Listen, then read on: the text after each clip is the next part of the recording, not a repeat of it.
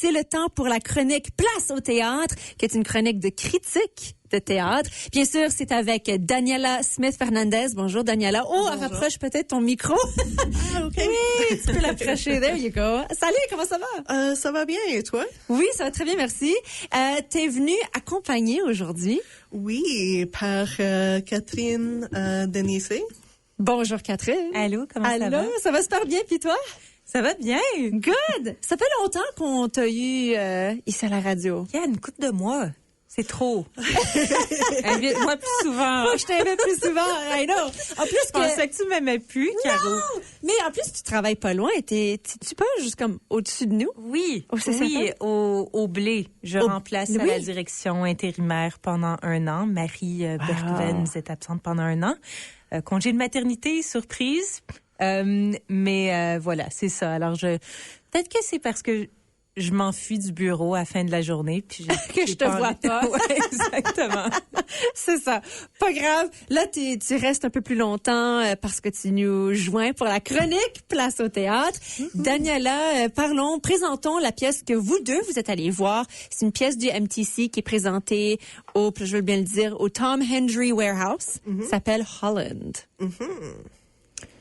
Yeah. Oui, parlons Oui. parlons de cette pièce. Donne-moi un petit sommaire, Daniela. Alors, c'est vraiment une pièce à propos de la coût humain de la bureaucratie. OK. Il y a 2 parents d'un fils qui est handicapé. Mais l'affaire, c'est que les difficultés ne viennent pas de l'handicap de son fils, ça vient de toute la bureaucratie. OK. Et c'est presque toujours impossible d'obtenir des services nécessaires parce que le travailleur est une femme pas facile, pas trop coopérative. OK. Et c'est vraiment une pièce à propos de ce qui passe quand la mère ne peut pas le tolérer plus. Et ça devient plus en plus ridicule. Alors, je ne veux pas vraiment donner trop d'informations parce que c'est vraiment nécessaire d'évader des spoilers. Oui, absolument. On va rien divulgacher. Oui, Si tu veux... je veux pas non plus trop donner de spoilers ou divulgacher, comme tu viens de dire, Caroline, mais en même temps, c'est ça, c'est une pièce qui tourne autour d'une famille qui essaye de trouver l'appui nécessaire pour leur fils qui a un handicap. Mais c'est pas du tout raconté. Comme Daniela le disait, c'est vraiment à travers la perspective des parents qui essayent sans relâche d'aller chercher les services, d'aller chercher de l'appui financier, d'aller trouver des aidants qui peuvent venir garder l'enfant pour que eux aussi puissent avoir du temps pendant la semaine. Puis en essayant d'aller chercher l'aide, ils sont toujours après trébuchés puis dans les pièges bureaucratiques justement. Puis à un moment donné, ce qu'on peut dire, je pense, sans trop donner, c'est que il y a la maman qui pète une fuse, puis elle en a assez, puis la pièce, en gros, c'est sa réponse à la bureaucratie qu'elle est pas capable de supporter. Alors c'est ça, c'est tout à travers la perspective des parents. Je veux aussi ajouter que j'ai parlé avec Debbie Patterson, qui a fait du dramaturgie pour la pièce, et qui était aussi un consultant d'accessibilité. Et elle a dit que la décision de n'avoir pas une personne handicapée sur la scène était un choix, parce qu'il ne veut pas que ça se représente comme une pièce à propos de la disabilité, quand c'est vraiment à propos des personnages, à propos des parents, à propos de la famille. J'avais un peu... je m'étais posé la question aussi parce que, comme je viens de le dire, c'est vraiment à travers le regard des parents. Donc, on ne voit pas le fils? Non, on ne voit tout? jamais le fils. Puis, en tant que spectateur, je pense que moi, je m'attendais toujours au moment. C'est comme, quand est-ce qu'on... Où est cet enfant-là? Puis l'enfant n'apparaît jamais. Alors, j'avais un peu compris ou déduit que c'était un choix. En même temps, je sais pas si je suis d'accord avec ce choix-là. Je pense que moi, c'était une grosse faille de la pièce de parler de tout ça avec l'absence de représentation de cette communauté-là. Moi, en tout cas, écoute, il y a peut-être un argument pour. C'est juste que je trouvais que c'était quelque chose qui... Peut-être qu'il voulait mettre l'emphase plus sur comment fonctionnent les demandes de services et ressources, puis c'est plus là où se trouve le problème et c'est pas la disabilité. Et je veux juste dire, quand on est fini la pièce et on était dans la salle, on était comme ça, c'était une vraiment bonne pièce.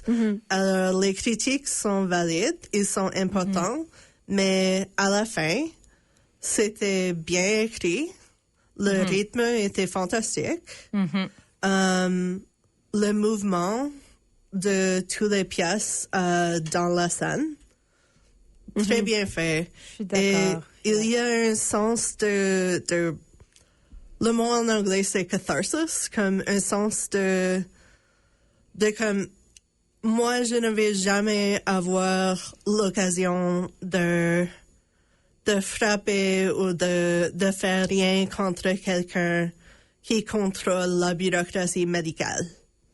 Mais elle a cette opportunité et pour moi de le regarder, c'était comme, Ouais.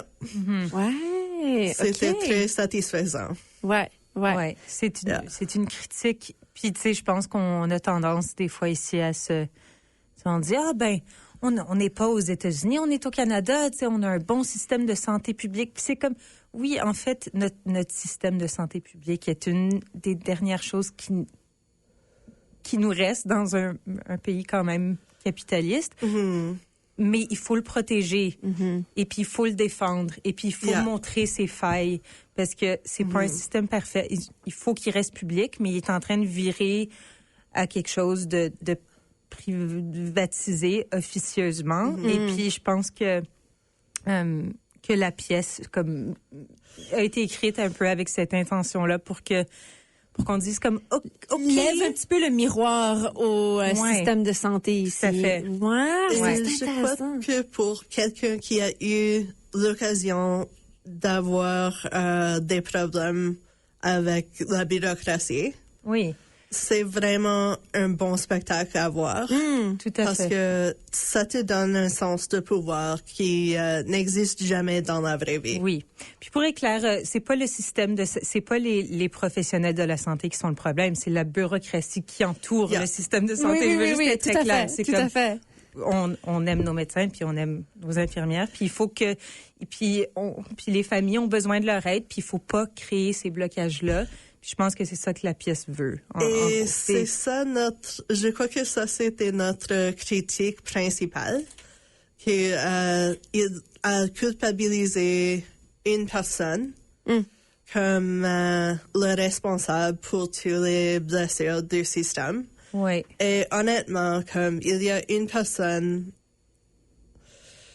c'est un peu le mythe de individualisme, de libéralisme, comme on peut arrêter avec une personne et on peut changer le système. Et c'est comme non, on doit vraiment penser plus collectivement. Ouais. Mais c'est ça, parce que la mère dans la pièce, quand elle perd patience, puis elle fait comme, tu sais quoi? Vous allez pas m'aider, moi je vais m'aider. Moi je vais trouver mes propres solutions. Puis elle s'astine avec une madame qui, dans la pièce, crée ce blocage. Oui, exactement, qui est le mur entre la famille et l'aide. Et puis c'est ça, des fois la pièce présente un peu comme cette madame comme la barrière. Et si cette madame n'existait pas, tout irait bien. Puis c'est comme, je sais pas, ça crée... La bureaucratie est créée par... Tout un système. Toutes sortes de hiérarchies, c'est pas juste une personne. Mais regarde, quand j'ai La pièce est bonne. Oh, yeah, absolument. Quand j'ai travaillé dans un resto, s'il y avait un serveur qui était terrible, on enlève le serveur. Et ça doit tout être assez bon que les gens qui ont cette serveur disent que le restaurant est terrible. On doit avoir de bons services, bonne nourriture, tout ça. Alors, pour moi, c'est un peu comme de dire que on a un serveur mauvais et ça, c'est tout. C'est un peu comme, OK, mais... Ouais, ça prend... C'est trop facile. Ouais, ça prend plus que ça, ruiner un système. Mais la pièce est très bonne. Je le répète parce que c'est comme on parle de... On est en train de comme déchiqueter des affaires. C'est excellent, puis c'est l'arc théâtral est bonne, comme on a vu du théâtre, c'était vraiment le fun, comme on a ri, puis on a ri, on a été touchés. C'est un sujet qui est lourd sur papier, mais qui a été présenté avec comme, je sais pas, avec quand même une sensibilité, puis avec je pense, la bonne équipe. Ouais. Il y en a un des nôtres, il y a Daniel Roy qui a fait la conception sonore. Ah oui, Daniel Roy. Oui, puis c'est juste, c'est bien fait, puis je sais pas, moi j'ai bien aimé le jeu des acteurs aussi, qui était comme, il y avait une belle chimie entre le couple, surtout, comme les parents. Et puis il y avait aussi, Daniela, des interventions de gens de la communauté, comme joué par Tobias Hughes puis Jane Tester. Ça, c'est les parents. Et non, ce sont les membres de la communauté. Et ces comédiens ont tellement bien fait leur rôle. Vraiment. Comme chaque fois qu'on vit les membres de la communauté, j'étais comme... Oui, donc c'est vraiment des personnages qu'on connaît là, dans la vraie vie. C'est des gens, quand on dit membres de la communauté, c'est de la communauté de familles avec en situation de handicap ou qui ont un membre de leur famille qui est handicapé. Alors, c'est des interventions de membres de groupes sur Facebook où c'est comme ces deux comédiens-là jouent tous les rôles. 20 rôles chacun pour faire des petites interventions comme « Oh, you can do it, abandonne pas. Oh, voici une option de service. » Alors, c'est comme la communauté d'entraide. D'accord! Puis c'est vraiment beau de les voir. Puis moi, j'ai trouvé que c'était une des forces de la pièce, ce genre de membres de la communauté qui viennent en soutien à la famille. Tout au long de la pièce et jusqu'à la fin. C'est le GoFundMe. Oui. Il signé. Juste les premières scènes à la pièce étaient comme... C'était tellement réaliste, c'est un peu inconfortable. C'est comme... Wow! Donc, est-ce que vous trouvez que cette pièce, quand même, c'est pour n'importe qui décide de venir voir cette pièce, ça va vraiment susciter une discussion par après? Est-ce que ça vient pour provoquer un peu? Ou est-ce que ça raconte un peu un message qu'on connaît pas mal peut-être déjà, mais qu'on en discute déjà pas assez? Qu'est-ce que t'en penses? Ben, t'es en train de réfléchir, alors ça veut dire que... Ça prend les deux, dans le fond. C'est plus confortable que je préférais. OK, comme il pourrait aller plus loin. Oh, OK. Je voudrais quelque chose qui va plus loin.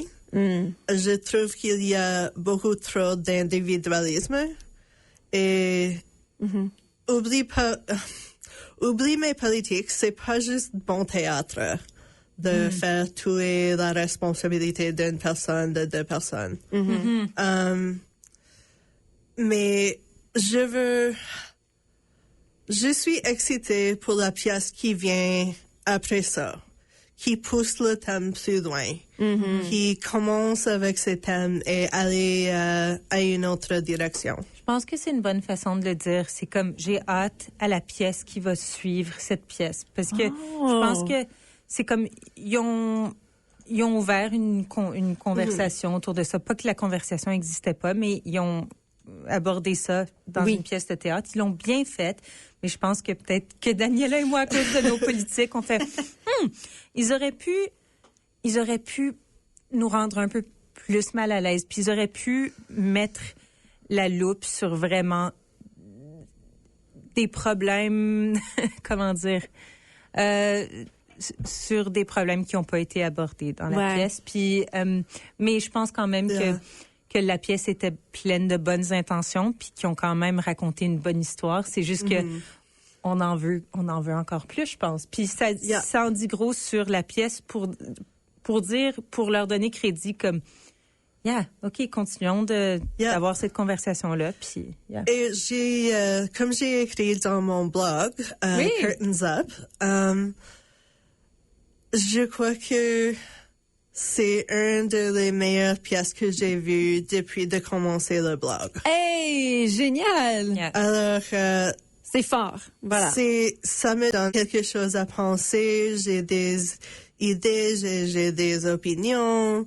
J'ai des critiques et il y avait plusieurs qui étaient amusants, mais ils n'ont pas fait ça pour moi. D'accord. Alors, je respecte énormément qu'ils ont essayé de faire plus que faire une autre pièce qui est un monologue d'un homme de 50 ans qui raconte sa vie au Fringe. Ouais, d'accord. Est-ce qu'on a vraiment besoin d'une autre de ça? Je comprends. Mais c'est vraiment intéressant d'avoir votre point de vue sur cette pièce. Je vais juste faire le rappel, ça s'appelle Holland et puis c'est dirigé ou réalisé par Susie Martin en partenariat avec Theatre Projects Manitoba. Et on peut aller voir cette pièce jusqu'au 21 février. Alors, s'il y en a qui écoutent, puis on soudainement la curiosité puis l'intérêt d'aller voir la pièce. Vous avez jusqu'au 21 pour aller voir ça. Puis c'est au Warehouse. C'est le MTC, mais le Warehouse, parce qu'ils ont deux. Ouais. La Petite Sœur, qui est un beau lieu aussi pour aller voir une pièce. Absolument. Magnifique. Ouais, un vraiment grand Je trouve que les pièces là-bas sont un peu plus intelligentes qu'au main stage. Il y a un peu plus de controversie. Ah, j'aime ça. Écoute, le temps file, donc on va devoir conclure, mais merci beaucoup, Daniela Fernandez-Smith, et merci beaucoup, Catherine Denizet, pour votre chronique aujourd'hui. Et puis, j'ai hâte pour la prochaine. À bientôt. Okay. Merci.